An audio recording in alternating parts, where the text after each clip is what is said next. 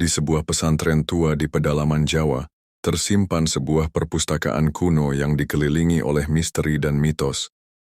Rak-rak buku yang penuh debu tampak seperti sarang laba-laba waktu, dan di balik semua itu tersembunyi hantu jenglot, makhluk terkutuk yang konon menjaga perpustakaan ini dengan penuh dendam. Hantu jenglot, dengan tubuh kering dan kecil serta rambut panjang yang acak-acakan, diyakini sebagai penunggu yang menakutkan, siap menghantui siapa saja yang berani melanggar aturan. Pada malam yang mencekam di musim hujan, Hasan, seorang santri baru dengan semangat menggebu, memutuskan untuk membuktikan bahwa mitos tersebut hanyalah cerita belaka. Dengan tekad yang bulat dan hati yang teguh, ia memilih untuk menginap di perpustakaan dan mengungkap kebenaran di balik legenda hantu jenglot. Sebelum malam tiba, Hasan sudah mempersiapkan diri dengan membawa beberapa buku bacaan dan lampu senter kecil. Ia memilih sudut yang paling gelap di perpustakaan, di bawah rak-rak buku yang berdebu, dengan harapan menemukan jawaban tentang hantu jenglot yang menakutkan itu. Suasana malam semakin mencekam dengan angin yang menderu dan hujan yang mengguyur atap perpustakaan. Ketika malam semakin larut, suara hujan di luar menjadi satu-satunya penghibur dalam keheningan yang mencekam.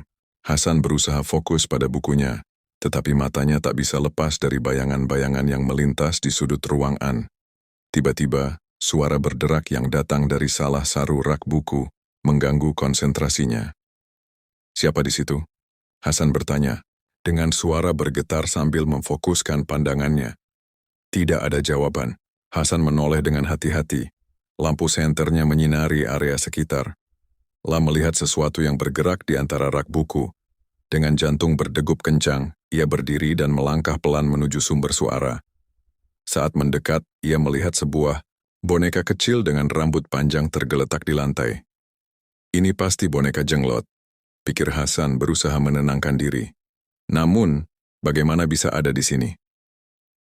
Hasan memungut boneka itu dan memeriksanya dengan cermat.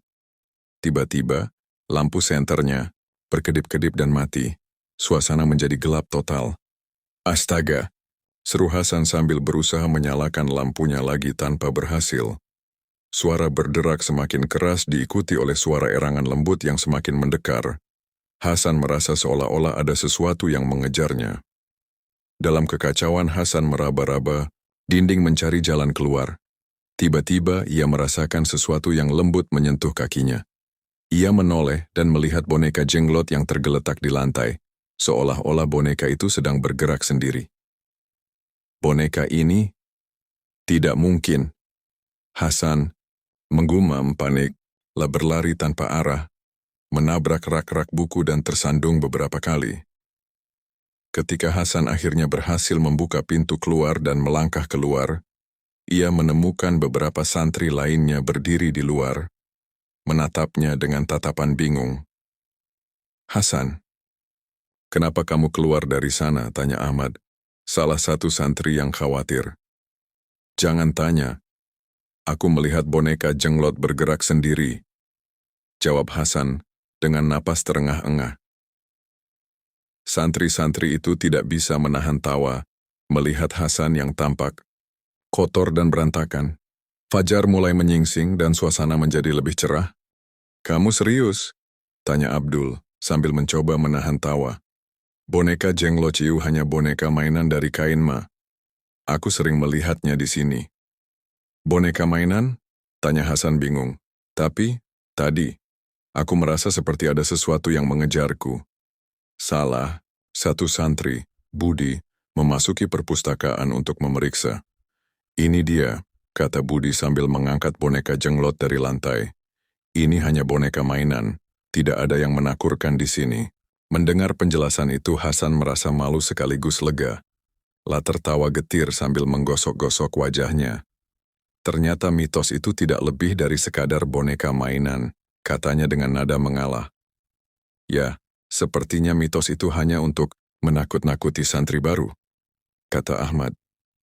"Tidak ada yang harus ditakutkan." Hasan akhirnya bisa tidur nyenyak tanpa rasa takut, dan ia belajar bahwa tidak semua cerita mistis harus dianggap serius. Kadang-kadang, apa yang terlihat menakutkan hanyalah boneka mainan yang tersangkut di rak buku. Malam itu, pesantren kembali ke rutinitasnya yang tenang. Dengan cerita tentang hantu jenglot menjadi bahan tertawan dan pelajaran bagi santri baru.